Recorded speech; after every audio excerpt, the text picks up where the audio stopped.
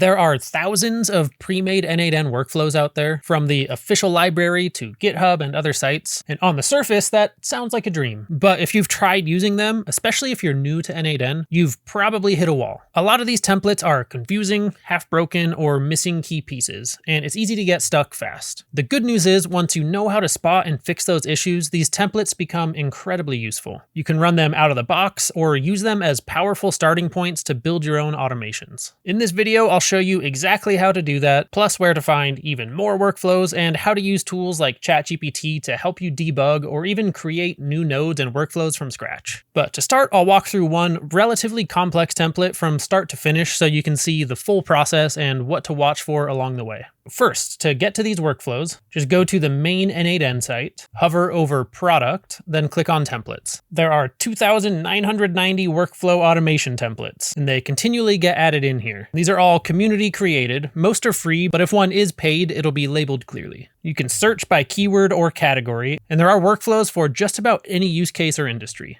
For example, under sales, you've got options like lead workflow for Yelp and Trustpilot scraping, find and email anyone on LinkedIn, sales lead magnet agent, build a voice AI chatbot, automate business lead scraping. And that keeps on going, and it's the same for other categories. Marketing has templates for automated videos and content creation. Engineering includes chatbots and retrieval augmented generation setups. Finance, you get the idea. You can also search for the app you want to use, so I'll try YouTube. And that gives 49 different workflows just related to YouTube automation. Now, I do want to go with something relatively complex, maybe intermediate level. I want it to have multiple integrations we can work through. So I will use this one, create and upload AI-generated ASMR YouTube shorts with Cdance, Fal AI, and GPT-4. It's probably a few weeks late to jump on that trend now, but I'm sure we can modify the prompts to fit any style. And when I open this up, we can see the full workflow layout right away. If we scroll down, there's a breakdown that covers who this is for, what problem it solves, and a step-by-step of what the workflow does. This one includes two-stage AI ideation and planning, multimodal asset generation, including adding sound effects. And then there's closed loop publishing and logging at the end. Under the setup section, it shows all the required credentials, so which accounts and APIs you'll need. I'll walk through APIs more later, but this one includes OpenAI, WaveSpeed, and Fal, which are all pay per use. OpenAI will cost a couple cents per call. I'm not sure on WaveSpeed off the top of my head, but I think that's around like 20 to 50 cents per video, depending on the model. And the Fal cost varies depending on what you're using it for, but generally that'll be cheap. The rest of the services used in the workflow are free. After that, it explains which nodes you'll need to manually configure and how to customize the workflow, so you're not locked into ASMR videos. You can use this structure as a base and adapt it to any niche or style you want. Back up at the top, I can click into the workflow and zoom around to see everything. Looks like they have similar instructions laid out here, then some further instructions across each step. And typically I'll look closely at what's happening to make sure it's a solid workflow I want to use. This one starts with a couple OpenAI steps, first to come up with an idea, then expand that into a structured plan. The plan gets saved to a Google Sheet and then turned into prompts for video generation. And that looks like it will be multiple videos and sound effects, then stitching it all together. It will send that off to generate the videos. This wait step is because it takes a while for them to generate, so it has to pause long enough to make sure they're finished before moving on. Then it will get sound effects, sequence everything together in one edited video, probably just putting all the clips next to each other. Usually people use a platform called Creatomate if you want automated editing that's more complex than just putting it into a sequence. After that, it will update the sheets, download the final file, then it'll upload that to YouTube, then it will update the sheet that it's completed and send a notification by Telegram and email. And the entire thing is set up to run automatically on a schedule. So at whatever interval I choose, it will come up with a new idea, generate all the content, assemble the video, and upload it without you touching anything. It looks like this is 100% automated, which is pretty crazy that that's possible. This won't be a super fancy video or anything, but a lot of the stuff that's been going viral from the most recent models doesn't have any fancy editing. It's just a single clip or a few clips sequenced together. Now this looks like everything should work, so I'll just click use for free. And I'm not going to show the self-hosting setup in this video. I'm just using the cloud version. That is $25 a month, but you can absolutely self-host it for cheaper or even run it for free on your own machine if you've got a decent GPU and don't mind setting it up locally. After clicking use, it takes me right into the credential setup. This is where you connect all your accounts and input the API keys needed to use each platform. If you haven't worked with APIs before, here's the basic idea. There how apps talk to each other. Most of the time, they require something called an API key, which is basically a password that tells the app this request is coming from you. And in n8n, using APIs usually just means plug in a key, pick a few settings, and the workflow can start automating stuff for you. I already have most of these platforms set up because I've used them before, but I'll walk through a couple. And just a heads up, every service handles authentication a little differently, but almost all of them will have instructions either in their API documentation or directly inside n8n. Usually there's a little button that says ask the assistant for setup instructions, then it'll pull it all up and give you a step-by-step. For example, OpenAI is one of the easiest. You go to platform.openai.com/settings,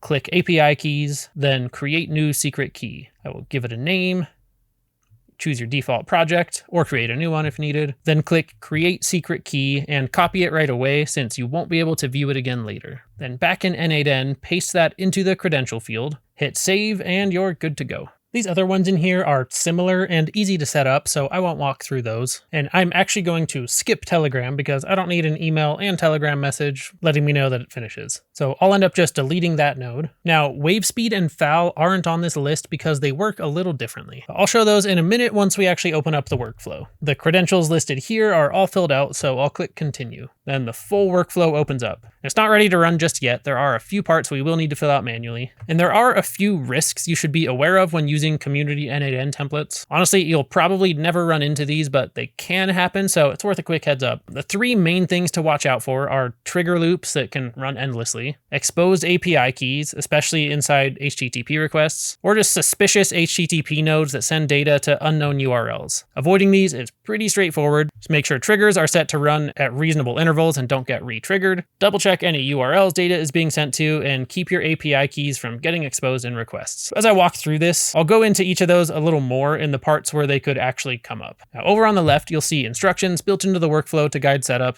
Not every template has it set up this nice, but a lot do, and it helps a ton. The first node is the schedule trigger, and that actually brings up the first risk I mentioned a second ago. It's accidental trigger loops or overly aggressive schedules. So right now, this is set to run every 30 minutes, which is way too often for this kind of workflow. I wouldn't want it creating and posting videos every half hour. For something like this, you'd probably want to start with once per day. Now, especially when you're triggering APIs that cost money, like OpenAI or FAL, you want to be intentional about how often it runs, or you'll burn through credits for no reason. Now, in this case, we're using a schedule trigger, which is easy to control, but about that looping risk I mentioned, here's how that can happen. So a loop usually occurs when a trigger is accidentally re-triggered by the workflow itself. For example, say you're using a Google Sheets trigger that runs every time the sheet is updated, then later in your workflow, you have a step that updates that same sheet. So maybe to mark a status from in progress to finished. If that update is misconfigured, like writing to a new row instead of updating the existing one, it could trigger the workflow again and again and again. So that's how you could end up in an infinite loop. So usually this kind of thing shows up pretty obviously in testing and it's easy to fix, but it's definitely something to watch out for whenever you're building or modifying templates. These automations and AI agents we're building in n8n aren't just for personal productivity. They're the same systems startups are using right now to scale fast and run lean. HubSpot just released a free report called Hypergrowth Startup Index, and it breaks down how the fastest growing startups in 2025 are operating differently, using AI-first operations, lean tech stacks, and automation built into every layer. One part that stood out to me is they show how teams are turning every department, marketing, sales, support, finance, engineering, they're turning those into mini tasks accomplished by mini AI agents. One agent finds leads, another writes outreach, another follows up. This is the same logic we're building into these n8n flows, just at startup scale. And the report goes deep beyond just the tech stacks. They use data, founder interviews, and funding and strategy breakdowns from companies like G2 and breakout startups like Clay and Goldcast. There's even the bold claim that we'll soon see a billion-dollar company run by one person, thanks to agent-powered systems. The report is free. It's linked in the description. Thank you to HubSpot for sponsoring this video and providing valuable resources like this one. Moving on, we have the first OpenAI node. You can see the prompt it's going to send, plus the system prompt, which sets ChatGPT's role and behavior. This node is where we could easily rewrite the prompt to adapt this for different styles of videos. And kind of the same thing in this next OpenAI node, you can see exactly how it's building on the earlier result. Then we hit the Google Sheets node where it stores the generated ideas. You'll see Google Sheets pop up in a lot of n8n workflows. They're usually used for one of three things: storing generated data, feeding prompts into LLMs, or logging what happens after a task. Whenever you connect a Google Sheets node, you'll almost always need to create the sheet manually and map the incoming data to columns. For this one in particular to work, I need to create a sheet in my account that matches what the workflow expects. Back in the instructions, it listed the required fields, so I'll make that sheet real quick. Okay, that's all done. Now I go back into the Sheets node, and under Document, I'll switch to From List, which will show all of the sheets tied to my account. I'll select the new one,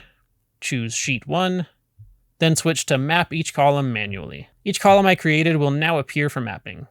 And moving on, unbundle prompts looks fine. Next up is the create clips node. This is an important one to focus on for a second. This step is sending a request to the WaveSpeed API to generate the video clips. This node and the ones using FAL all work in basically the same way. By using platforms like these, you can connect to all kinds of AI models directly inside your workflows. But both of these platforms do use a slightly different API setup than we covered before with OpenAI. They use header authorization. Some APIs need you to prove who you are by sending a special token in the request headers, and n8n's header auth lets you do that automatically. I don't want to get too sidetracked on what that is, and really you can just click Ask the Assistant and it will come back with the exact steps to follow. But it's easy, as it says right over here. Put authorization as the name, then for the value you'll type bearer, then a space, then paste in the API key. This will format it in the way WaveSpeed is expecting it, and that's all there is to it. Then for FAL, it's the same thing except the value is key space API key. So sometimes there's APIs with a little different setup, but use the Assistant or ChatGPT if you get stuck. Or there's a custom GPT trained on n8n that I'll show in a little bit that can help too.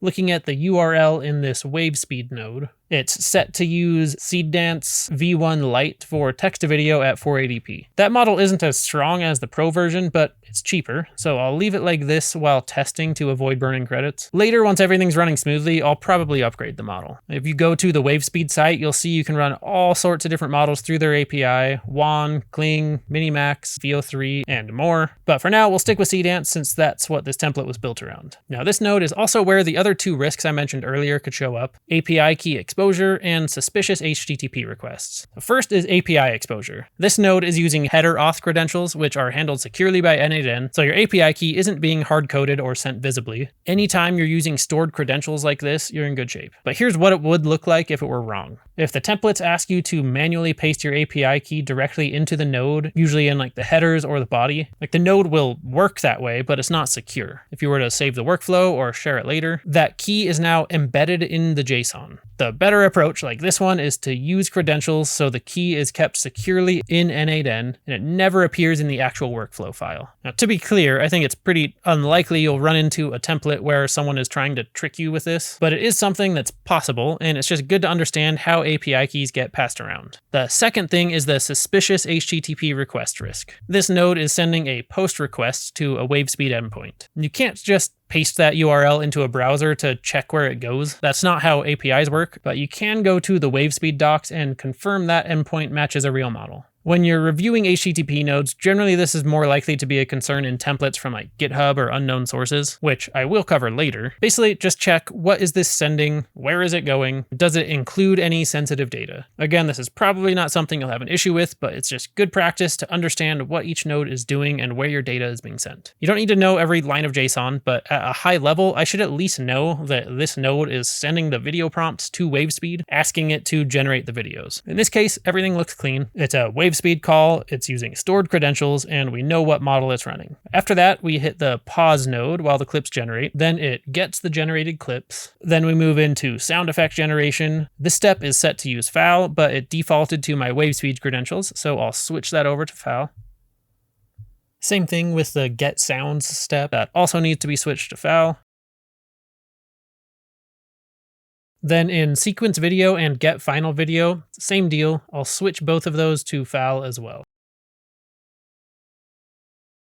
After that, we hit another Google Sheets step. So just like earlier, I'll pick the correct sheet and map each column manually so everything lines up. Then it downloads the final video using the URL stored in the sheet. After that, it uploads directly to YouTube. In here, I just need to set up my region code, choose a category name, doesn't really matter what, and it shows the description that'll be added. I'll leave that as is for now. Then final step, another Google Sheets update, same process as before. At this point, the whole workflow is set up, but there will still be some errors once I test it. And whether I'm building a workflow from scratch or starting with a template, I usually have ChatGPT open to help troubleshoot anything that comes up. Most of the time, you can just drop in a screenshot of the error and it'll give you a step-by-step fix. Now, personally, I use a custom GPT for this. Now, I didn't create it, but if you search n8n in the GPT store, it's the most downloaded one. I haven't tried the others, so maybe those are better, I don't know. But this one includes all the current n8n documentation, so it's usually more accurate than just the default ChatGPT. But when I'm using it, I usually start with a prompt like I'm using an n8n template, I need help setting it up, checking for errors, and identifying any security risks. Here is the full template. Then back in n8n, I will highlight the entire workflow, hit Command-C to copy, then come back to ChatGPT and paste. That will paste in the JSON of the entire workflow, and ChatGPT will understand exactly what it does. And this GPT asks your experience level and how you want the explanations.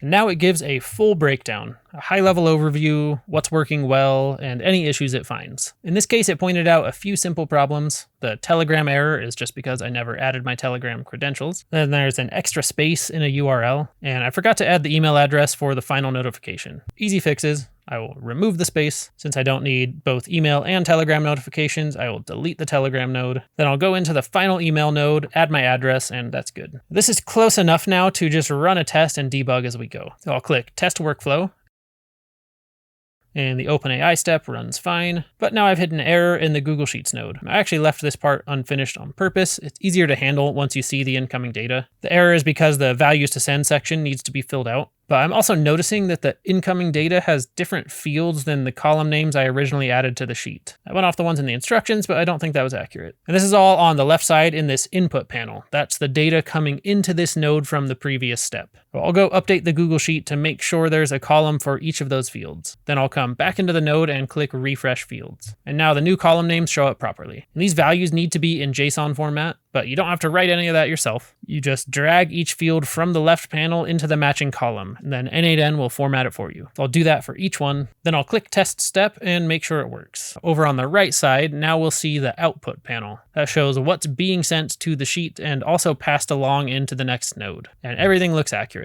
Now I'll just hit Test Workflow again to see how far it gets.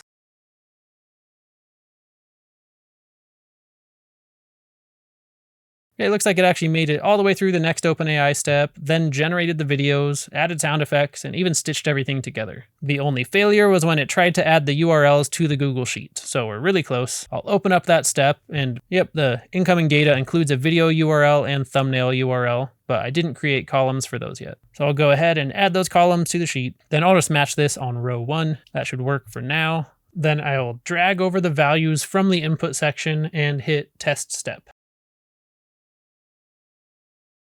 And this time it worked. The spreadsheet now shows the video and thumbnail URLs, except I just realized I overwrote the header row since I used row 1 for the data. So I'll need to fix that and set it to start writing below the headers. Next, I'll look at the node that failed right after. That's the YouTube upload step. There's an issue though, so I'll take a screenshot, drop it into ChatGPT, and have it help me debug. The problem is that the title field isn't showing up in the input. It needs to be pulled from an earlier step. ChatGPT spotted that and gave me the JSON to pull it from the sheet, so I'll paste that in. This is honestly the most important skill when working with n8n templates, or n8n generally, just debugging small issues. Even great templates will break if they're just missing a credential, or if one field doesn't match what your sheet expects. Getting used to testing nodes one at a time, reading the input and output panels, and pasting into ChatGPT when needed, that's kind of the whole game. Now I will test this node again, and it hit another issue. All right, I'm skipping ahead here because this one took a little bit to figure out. It was a weird error. So what it seems like is this category doesn't exist on YouTube anymore. So I just had to switch it to a different one, but the process of figuring that out took more steps than it should have. So I'll spare you watching those boring back and forths, but that will happen sometimes. A weird random issue that's hard to figure out. Honestly, that is just part of the process. Expect that. Anyways, after switching categories, I ran it again, and this time it uploaded successfully to YouTube. So I can go check there. Looks like it's live. That's perfect. So we can watch it really quick.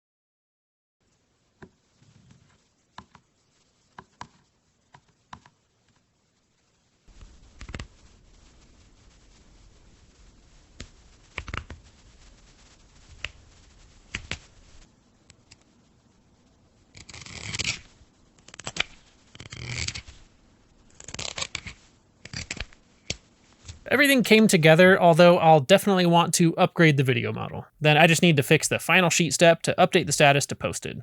Then this entire workflow is complete. It should run end to end all in one go. Before I run the full workflow again, you probably noticed right there that the video quality isn't great. That's because it was using the light model. So now I'll switch it to the pro model for this final run. I'll head back to that node, then over to the wave speed site to double check the exact way it's named. And I'll change that in the node and everything should be good to go. Then I will delete the previous execution data and test workflow.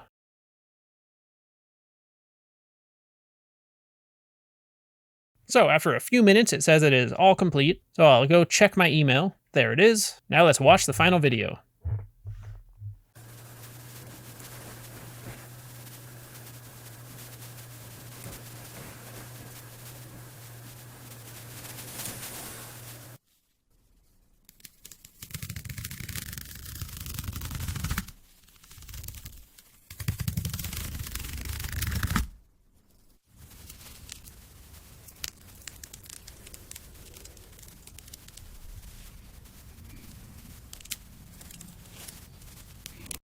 Okay, that looked good. A lot like some of those AI ASMR videos that went viral a couple weeks ago. It's not 100% there yet. I'd probably test out some other video models, refine the ChatGPT prompts, but really I'd try a completely different niche altogether. If this was something I was into long term, I'd probably build something that scrapes high-performing videos, analyzes them, and uses that data to generate smarter prompts automatically. That's not the point of this video. For this demo, this workflow is solid and fully automated end to end. And once you get one of these working, you start to realize how powerful n8n templates are. They're not perfect, but they can cut your build time by 80%. And once you know how to test, fix, and remix them, you can build some pretty advanced automations without ever starting from scratch. You should definitely also learn how to do everything from scratch. I do have an entire video teaching that, but this can save a lot of time. I want to show just a quick example where I have ChatGPT generate a full node from scratch. And here's one where I wanted to replace a couple of the nodes. And then asking ChatGPT to do that can just help save some time. And this is a YouTube comment sentiment analyzer, which is actually a pretty useful idea. It like scrapes all the comments on one of my videos and tells me what the general sentiment was, what types of questions people were asking, things I could do to improve, that type of thing. So I was going through this one and I was having issues with the Auth YouTube API. I just decided to switch it to a simpler API to use. So I just asked ChatGPT to replace the nodes with HTTP request nodes using my other YouTube API that I already had set up. It needed to replace all 3 of these nodes, which would take a few minutes for me to set up on my own. But with ChatGPT, I just asked it to give me the full JSON for them. So here it is. I was already in a chat, so it knew what I needed. Then I just gave it a couple more details, and that's it. Just asked it for the nodes and gave me the full JSON for them. So I take that and paste it in here, and I have all 3 nodes. So I just remove the others and connect it to the new ones and fill out the fields, then the whole workflow should work now. So that can definitely be a time saver. And if you get really detailed on what you want a workflow to do, you can even have ChatGPT generate the entire workflow, every single node, all from scratch. Just from one prompt that you give it, it will generate the entire JSON for a full multi-step workflow. So I wanted to cover that. It does feel kind of magical when it works, although it doesn't work every time.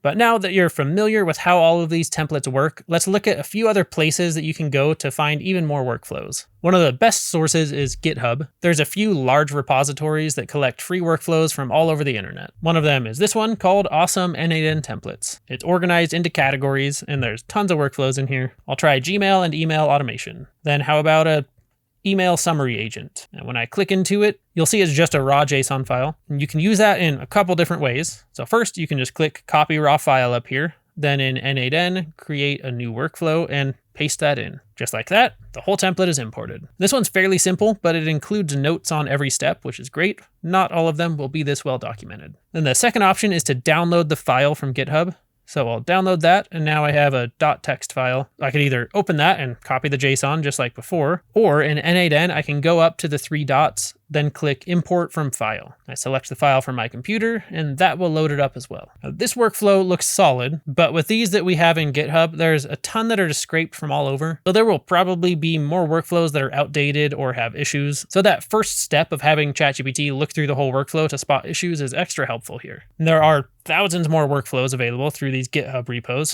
So there was this awesome n8n templates one, and there's another similar one. It's called n8n workflows. It's from ZIE619. There's a ton in here. Another is from What'sUpJ called n8n free templates.